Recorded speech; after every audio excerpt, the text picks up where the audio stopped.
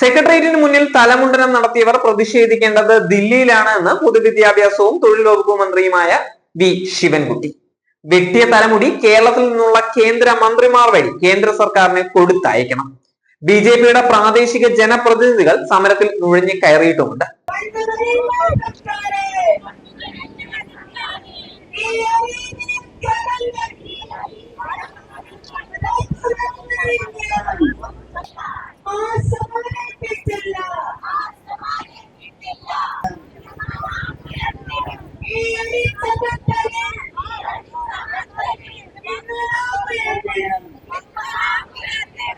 കേന്ദ്രമന്ത്രി സുരേഷ് ഗോപി കുടയും റെയിൻകോട്ടും കൊടുത്തത് കൊണ്ടൊന്നും ആശാ വർക്കർമാർക്ക് ആനുകൂല്യങ്ങൾ ലഭിക്കുകയില്ല.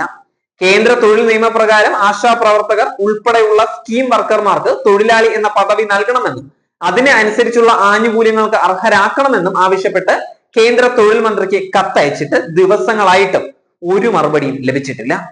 ആർജവം ഉണ്ടെങ്കിൽ സുരേഷ് ഗോപിയും ജോർജ് കുര്യനും കേന്ദ്ര സർക്കാരിൽ സമ്മർദ്ദം ചെലുത്തി ഈ ആവശ്യം നടത്തിയെടുക്കണം.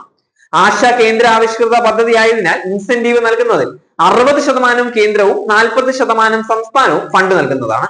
3000 രൂപയെ നിശ്ചയിച്ച ഫിക്സഡ് ഇൻസെന്റീവ് തുകയിൽ 1800 രൂപ കേന്ദ്രവും 1200 രൂപ സംസ്ഥാനവുമാണ് നൽകുന്നത്. കൂടാതെ കേരള സർക്കാർ 7000 രൂപയുടെ ഓണറേറിയം കൂടി നൽകുന്നുണ്ട്.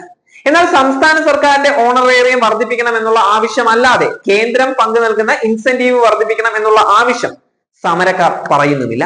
ഇത് ഇരട്ടത്താപ്പ് തന്നെയാണ്. ആശാ വർക്കർമാർക്കായി ഓണറേറിയം ആദ്യമായി പ്രഖ്യാപിച്ചത് ഇടതുപക്ഷ സർക്കാർ തന്നെയാണ്. UDF സർക്കാരിന്റെ കാലയളവിൽ 1000 രൂപ മാത്രമായിരുന്ന പ്രതിമാസം ഓണറേറിയം.